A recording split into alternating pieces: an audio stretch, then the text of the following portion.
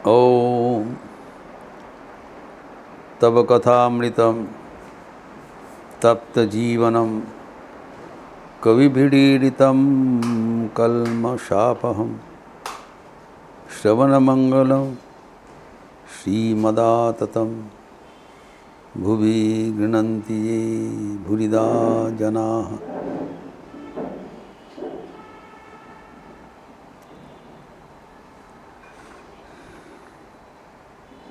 शम दम का बात चल रहा था। इंद्रियां को नियंत्रण करते हुए ईश्वर के सान्निध्य को उपलब्धि करना, भक्ति प्राप्त करने के लिए समाधि षट संपत्ति के भीतर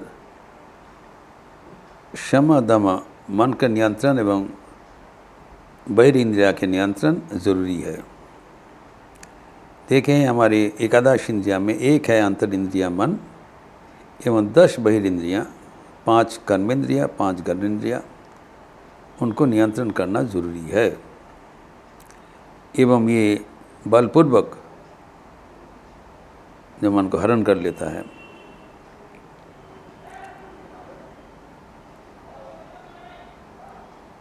तो क्या करना है, ये इनको जो एक सहज समाधान है कि इंद्रियां स्थूल है, ग्रॉस है, मन सूक्ष्म है, मन को पकड़ना बहुत मुश्किल है।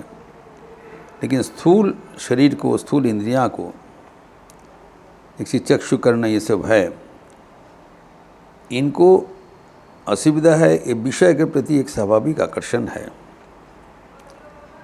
तो अगर विषय से ये इंद्रियां को अलग कर दिया जाए तो और चंचल नहीं कर पाएगा। इसीलिए योगीगण विषय से इंद्रियां को पृथक कर देते हैं। इंद्रिय का विषय से इंद्रियों को अलग कर देना, नज़दीक रहने से ही वो चंचल हो जाएगा। तो दूर कर देने से, सामाजिक दूरी जिसको कहलाता है, बन जाएगा। इसलिए भगवत गीता में द्वितीय अध्याय का 59वां श्लोक में भगवान कहते हैं,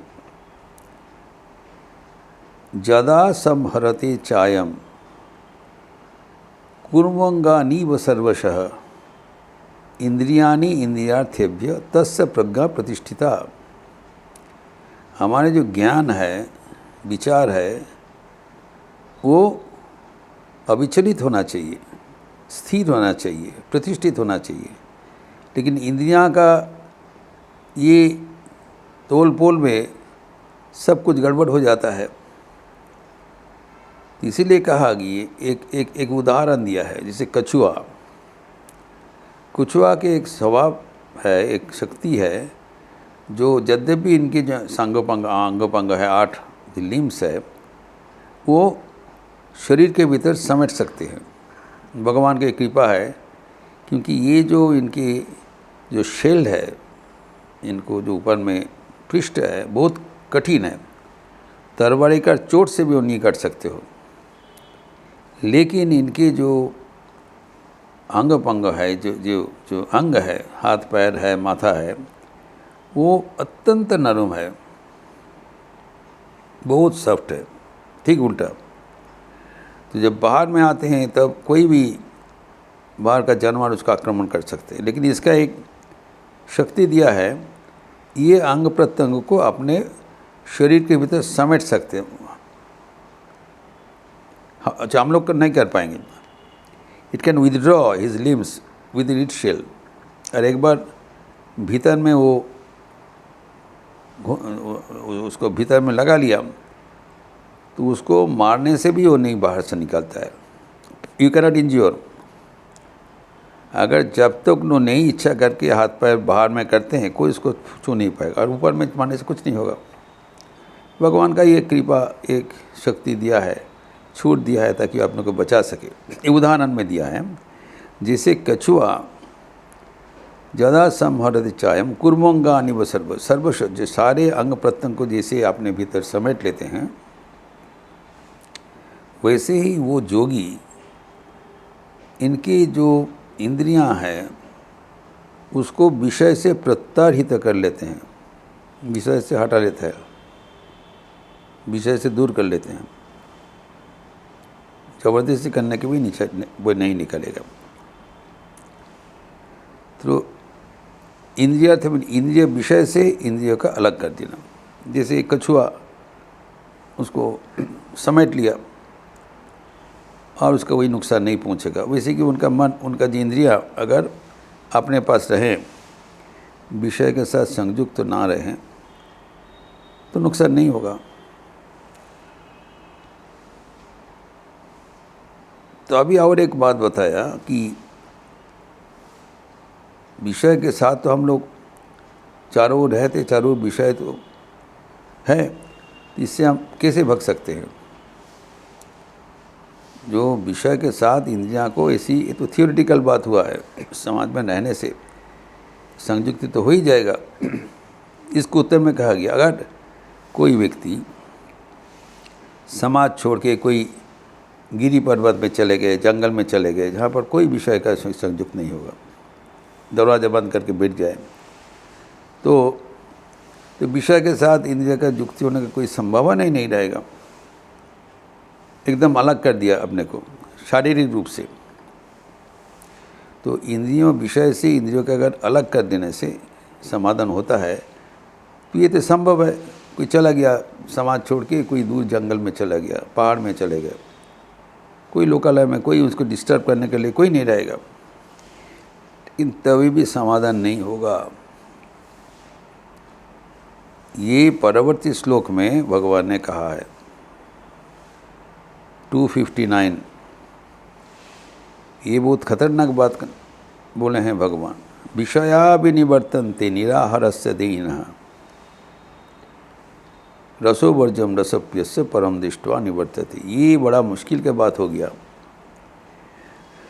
जो निराहारी है निराहारी मतलब जो इंद्रिय से इंद्रियों का आहार नहीं देता है।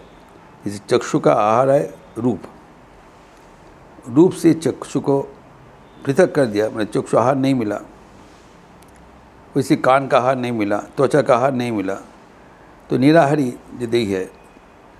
तो अगर निराहारी हो गया तब भी उसका समाधान नहीं होगा। क्यों?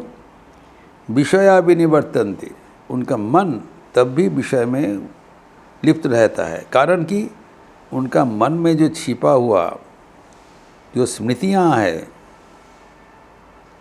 there is no physical contact, but then there are the memories of the attachment.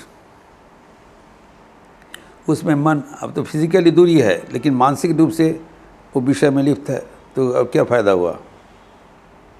जो निराहारस्य देहिनः, जो जो जो देही मतलब देह के भीतर रहने वाला देही। शरीर तो विषय से अलग कर दिया, लेकिन शरीर भीतर में जो रहने वाला देही है, आत्मा ने, वो विषय के साथ लिप्त हो गया मानसिक रूप से, स्मृति से, तो कोई फायदा नहीं हुआ। तो समाधान क्या होगा? रसो वर्जम रसप्यस्य परम दृष्ट्वा निवर्तते। ये जो हमारे मन में जो विषय के प्रति जो आसक्ति है, विषय रस है, जब तक वो रस नहीं सूख जाता है, till that attachment gets dried up, और वो सामाजिक दूरी से नहीं बनेगा, क्योंकि मन में छिपा हुआ है कामना, आसक्ति, उसको कैसे हटाएंगे?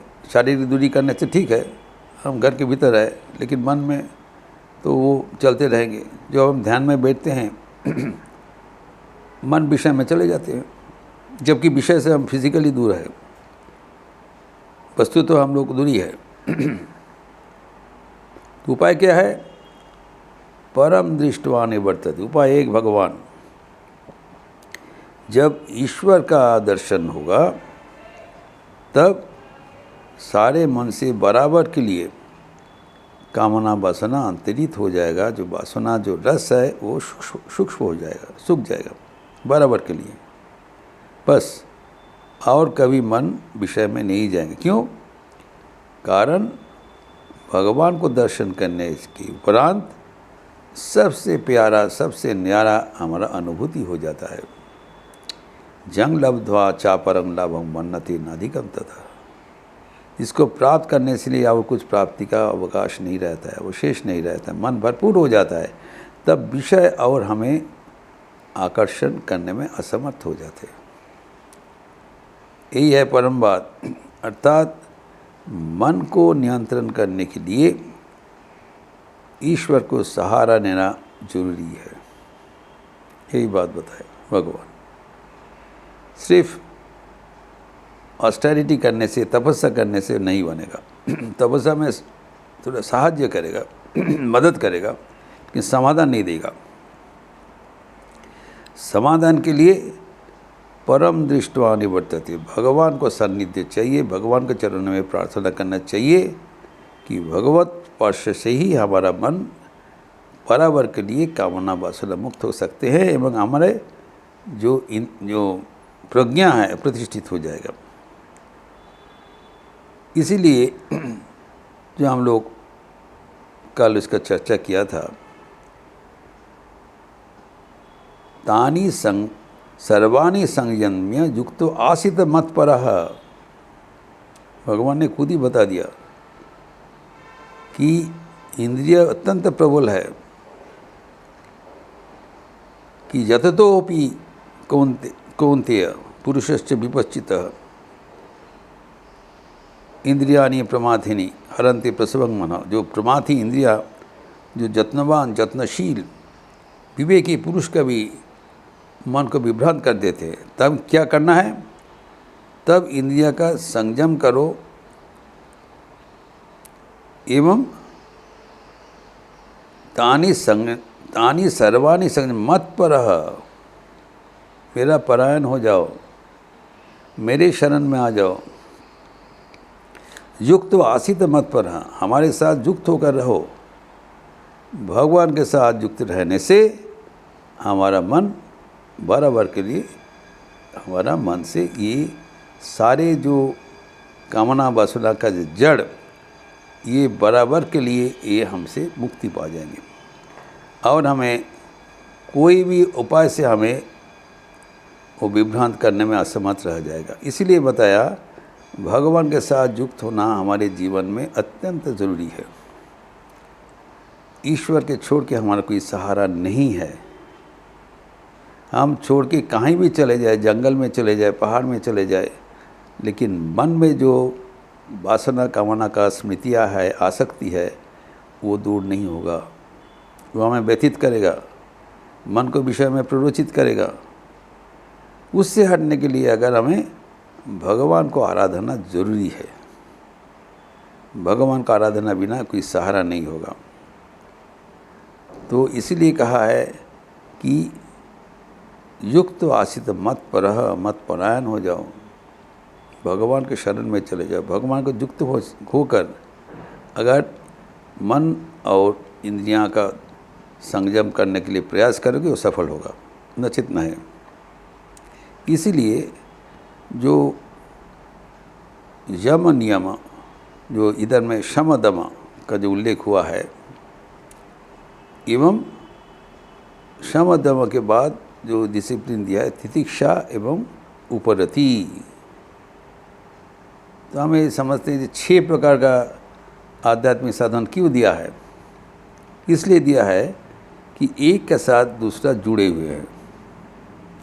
सिर्फ एक साधन से काम बनेगा नहीं। जैसे कि शम और दम दोनों ही चाहिए, मन का भी संयम चाहिए एवं हमारे इंद्रिय का भी संयम चाहिए। तो मन इंद्रिय संयम नहीं हो पाएगा जब तक हमारा मन ईश्वर के सहारा नहीं ले। इसलिए दूसरा जो और भी साधन दिया है, इसको लेके एक सेट बताया, एक ग्रुप 6 का एक सेट बनता है। सबको अगर लेके चलेंगे तभी काम बनेगा। इसका विस्तार हम अगले दिन करेंगे। ओम शांति शांति शांति। हरि ओम तत्सत। श्री रामकृष्णार्पणमस्तु। आज देवी पक्ष का माँ चतुर्थी तिथि है। दुर्गा पूजा समासन्य है। आप लोग सब इस अवसर पर अच्छा रहे, स्वस्थ रहे एवं आनंद में रहे। नमस्कार।